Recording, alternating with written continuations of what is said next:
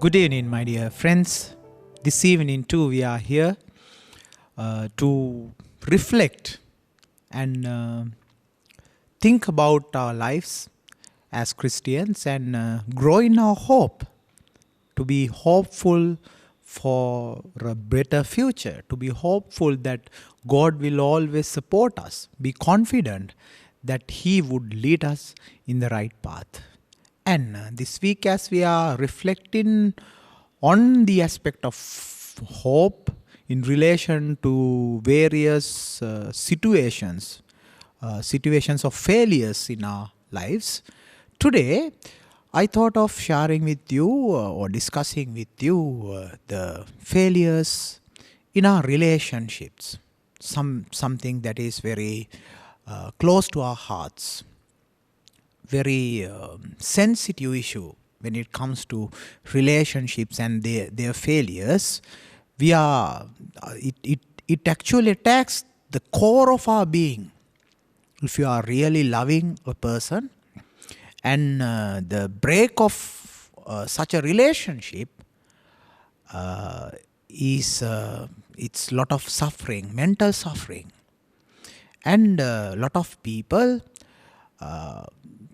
blame and even curse God in those moments, thinking that everything that they have hoped for is gone. My dear friends, if you are facing such a moment at this time, if you are facing a failure of a relationship, or if you are living in a continued failure or an experience of such a failure and still haunting you, still gives you lot of sadness, lot of suffering, mentally you are down because of that, my dear friends, this message is for you. See, the problem is why this is so unbearable when it comes to our relationships and their failures is that there are a lot of memories with this. Before the breaking of the relationship, before the failure of that relationship, there are a lot of beautiful memories that we cherish.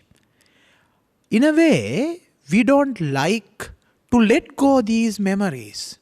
We like to have them close to our hearts because they are happy memories. And we long to continue to have those type of memories. So when the relationship is stopped, we are kind of denied having those similar experiences in our life. Then, remembering those moments that we spent together, that we were happy, we try to recreate them in the present. And when you realize in the present you do not have the person that you seek for, the person of the other end of the relationship, you feel sad, you feel frustrated, you feel that you are being wronged. And the very love you had when you are creating those beautiful memories, the happiness that you had when you were creating those memories, the very happiness and love that you had turns into hatred, anger, and sadness. It's very pathetic. That's why I said this is a very delicate issue. It's a very sensitive issue. But then, as Catholics, as Christians, would this be the end of our life? Would this be the end of everything? We need to ask this question. My dear friends, we are a people of hope. We are a community of hope. So even at the failures of our relationship, we need to strive, move forward, having hope that God will give us a way out. This is very important. My dear friends, how can we do that? How is this possible? It is possible when we understand that we are not the plan maker of our life. The thing is, when we are in relationships, we make a lot of plans. We dream for beautiful pastures. We dream for our future to live a life with our partners. And in that dream, we have certain roles that we play.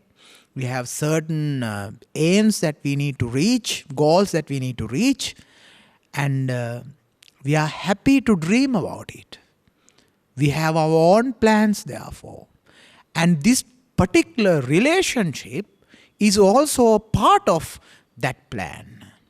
Now, my dear friends, the thing is, if that plan is not aligned with the plan of God, if that plan is not the plan of God, even whether you are like it or not, He will not let you proceed, because you look at something in a very narrow type of a vision, while He see the larger picture. And He understands whether this relationship is good or bad when it comes to the future, about which you have no knowledge whatsoever. But He has it. And if He judges that this plan is not going to work, and this will lead to the destruction of you, the destruction of the other, and even to the next generation that you're going to create because of this relationship, if He knows well, and of course, if that is the case, He would not allow you to continue. But when the break happens, when the break of a relationship happens, looking at that moment, that particular moment, a very short span of time compared to the length of life that you have, you will see your life in a very tunnel, limited vision. What happens? In that moment, you think, this is the end of my life. My plans are all gone.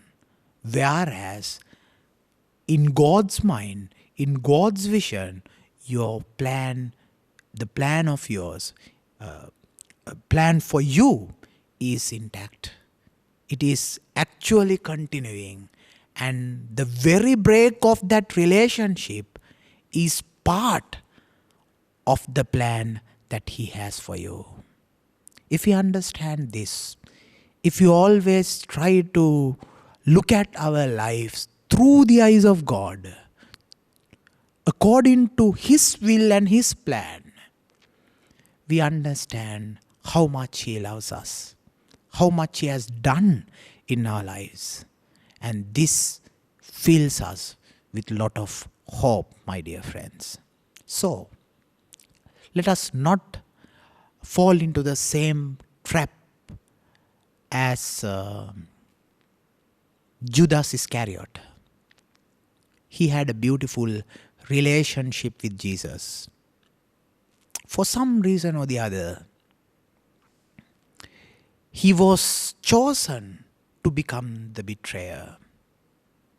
It's a part of the plan of God, don't you think? There should be someone who connects these two dots, the plot and the victim. There should be some link. The problem was his failed moment, he never wanted to come back. He thought that's the end of everything, and he committed suicide, making the only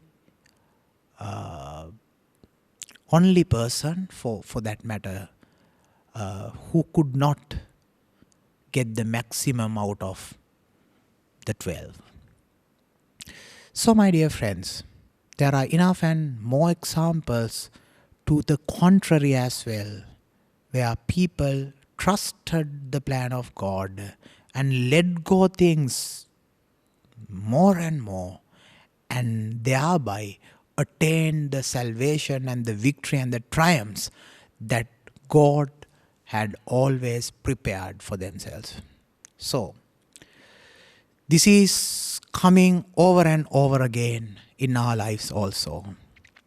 When we meet with the failures of these type of relationships, at that very moment we think this is so bad, we need to stop everything. But what you really need to do is stop worrying.